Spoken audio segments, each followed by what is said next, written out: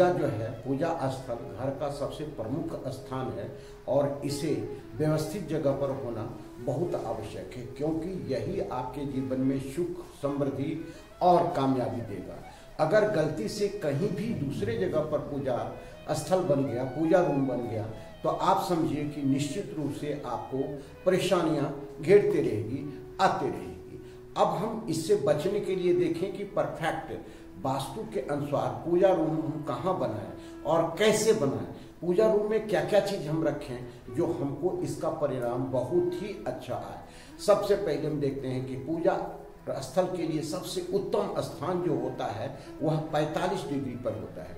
45 degree कहें तो ये ईशान कोण कहलाता है। ईशान कोण कहें तो जो नॉर्थ और ईस्ट के वाल जहाँ आकर के मिलते हैं वही पूजा रूम का स्थल है। पूजा रूम का स्थल यह इसलिए पवित्र माना जाता है कि यह प्यूरिटी बनाए हुए रहता है, एलाइट रहता है, और सबसे बड़ी बात है कि यह स्वयं भगवान शंकर का स्थान है, यह ईशान का स्थान है, इसीलिए ईशान कोण इसे कहते हैं।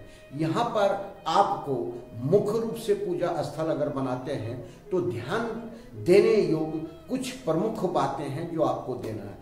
यहाँ कभी भी भूल करके भी पूजा स्थल का कलर या उसके वाल का कलर या टाइल्स का कलर पीला या रेड में नहीं रखें, यह आपको सावधानी रखना है। व्हाइट आप रख सकते हैं, क्रीम रख सकते हैं, हल्का ग्रीन रख सकते हैं, हल्का जो है सो स्काई कलर रख सकते हैं। ये सारी चीज़ आप रखेंगे तो बहुत अच्छा आपको रिजल्ट आएगा।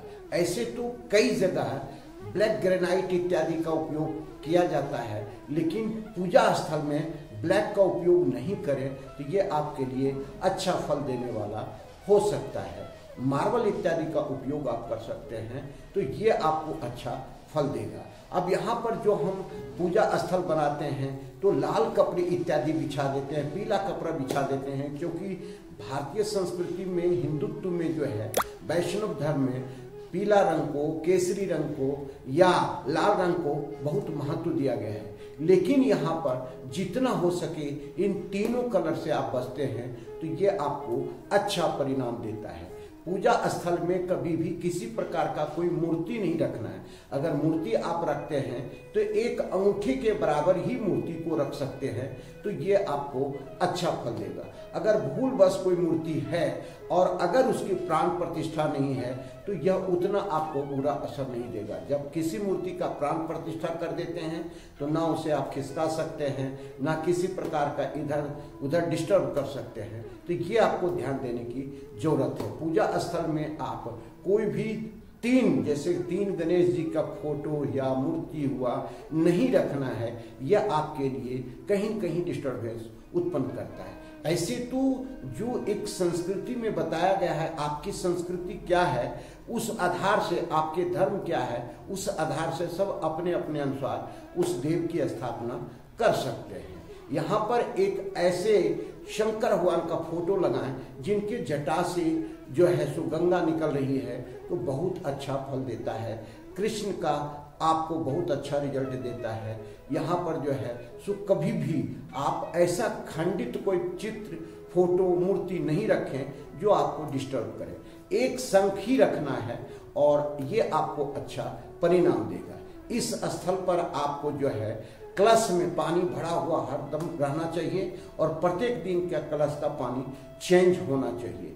ये आपको ध्यान देना है। पूजा स्थल में लगातार अखंड दीप की व्यवस्था लोग करते हैं।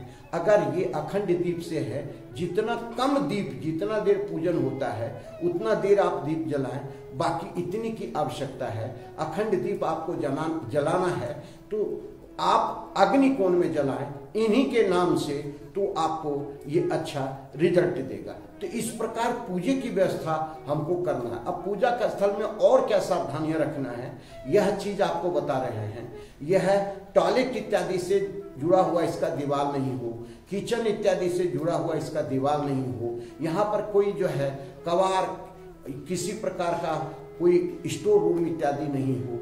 और यहाँ पर देखें कि एकदम साफ सुथरा मार्बल का हो, लकड़ी का हो, किसी प्रकार का हो, साफ सुथरा टेबल रखें और एक स्टोर को रखें तो ये अच्छा फल देगा।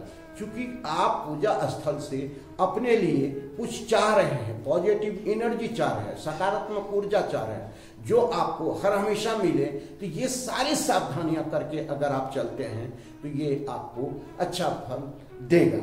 यहाँ पर आप जो है सो कभी भी किसी प्रकार का अव्यवस्थित वस्तु नहीं रखें, क्योंकि इससे निगेटिव एनर्जी डेवलप होता है और ये आपके लिए बाध्यता उत्पन्न करता है, समस्या लाता है। तो इस चीज की सावधानी रखते हुए अगर पूजा स्थल को दक्षिण मुखी मकान के लिए इस प्रकार का व्यवस्था करते हैं तो बहुत अच्छा रिजल्ट मिलेगा। धन्यवाद, फिर मिलते हैं अगले वीडियो।